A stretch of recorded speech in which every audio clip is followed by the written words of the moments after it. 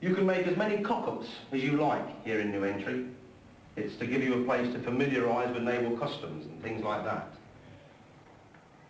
There is no fun here, so don't look for it.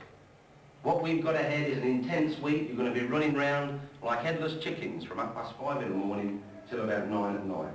I make no apologies for that. What we get through here in 5 days, the Army and RAF take about 4 weeks, so we squeeze it in quite well. Also, while you're busy, you're not going to be homesick. If you walk into that room there, you walk in there because you want to be a member of the Royal Navy. It's very, very easy to let the ball roll and let the wheel roll with you because Mum and Dad want you in and you think, oh, I'm not sure, and Mum and Dad are so proud of you. So if there's anybody here who's here just to please Mum and Dad, don't walk into that room. There's no Mum and Dad here to push you in. It's your decision only. You walk in there because you want to be in the Royal Navy. It's one of life's great moments of truth, like getting married or buying a house. So much potential freedom exchanged for what? Nobody seems quite sure just now, but help is at hand. Right, lads, this is a legal document and has to be filled in a specific way, so don't try and get ahead of us. We'll do it all together in slow time. Turn to the back page where it says, as witness my hand at this. Right, in the first gap, I want you to write in the number 27 with TH after it, okay? 27 with TH. Then it says, day of, I want you to write in joined up, double writing, call it what you will, but do not print it, May. Don't go any further than that. Good. Okay. Now comes the signing. We sign on the line directly beneath the one we've just filled in. The one that's got signature in full written at the right-hand edge of it. Go ahead and do that. Right, boy, class, blue 22 class, stand up, pick your pens up, and follow me quietly up to the mess. Right, young Fairgrave, you say you arrived here and you don't want to stay. Yeah, I don't think it's for me.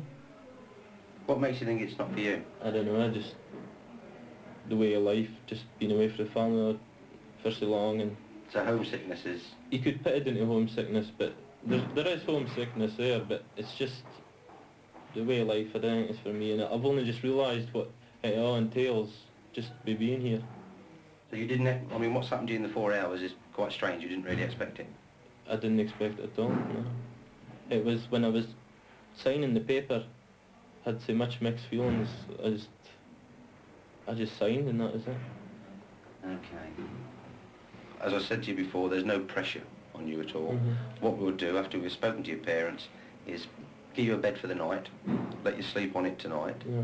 And if you still feel the same way in the morning, we'll get you on your way home. Right. And we'll talk to your parents and let them know what time you're going to arrive so they can meet you at the station. Sleep on it tonight and you may change your mind. Now don't mark your boots or anything tonight. Yeah. Have you tried your kit on? Yeah. Right, that's fine, but don't mark your boots. You haven't done it yet, have you? Yeah. Leave everything as it is. Just do what Chief says for the night. Go with the rest of the class, because you never know, you may change your mind in the morning. Yes, sir. Okay, I'll get Chief and he'll take you back up the mess. All right? Master? Bring me back in 10 minutes. Can you take young Fairgrave up to his mess? How often do you get a situation like that? About once every 3 weeks. A lad who arrives here and probably had second thoughts before he left home, but he gets here, sees the gates and sees the fence and starts to realise that probably this is the wrong place to be. But normally it is homesickness, which probably starts from the minute he says goodbye to Mum and Dad on the station. And it just builds up. In that particular lad's case, he left home last night and had a long journey down. And it is fairly normal now. It's happening about once every 3 weeks. Meanwhile, the majority who have decided to give it a go become initiated into the new lifestyle. Plenty of polish on, okay? Small circles like that, yeah? Join the Navy and see the world in the toe cap of your boot. A lot of time and effort into it, okay? New entry on. On another part of this non-floating ship, the training lieutenant is still trying to cope with those awkward souls who've decided that just one day in the Navy is quite enough to be getting on with. I'll tell you what it is. I got one lad who joined tonight who's very unhappy, wants to go home, and Callahan happens to be a mate of his. Now, Callahan can talk to him, he'll listen more to Callahan than he would anybody else, basically.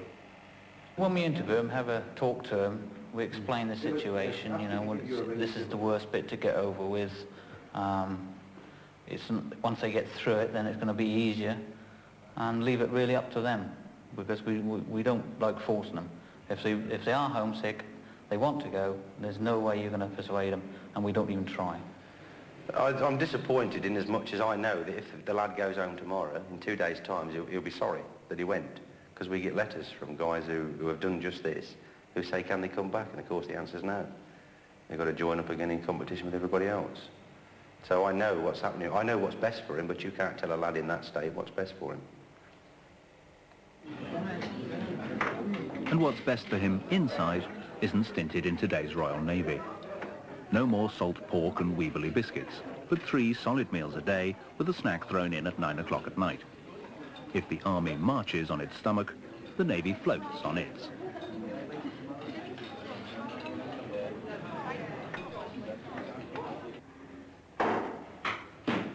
In one respect, apparently, the service hasn't changed much from the old days.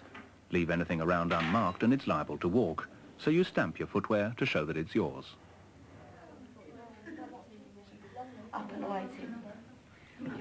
Day 1 is nearly over. In their communal nest, the wrens talk over what's to come tomorrow. And then we have to be out in the foyer at 6:15. There's also the question of what the next few weeks might bring. Challenge, see if I can get through it. I hope I can. I don't know really if it's a career or not, really, isn't it? Are you worried about the training? A little, yes, the physical side. But I will go. You're at the end of your first day here. How's it gone? Great so far. Really good. You made us feel really at home.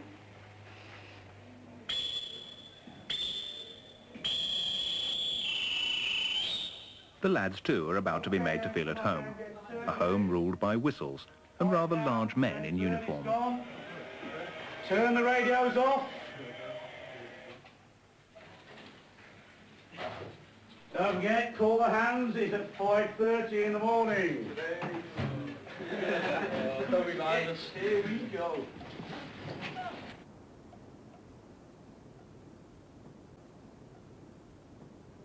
Afloat now on its imaginary ocean, Dreamboat Raleigh slumbers. But not for long.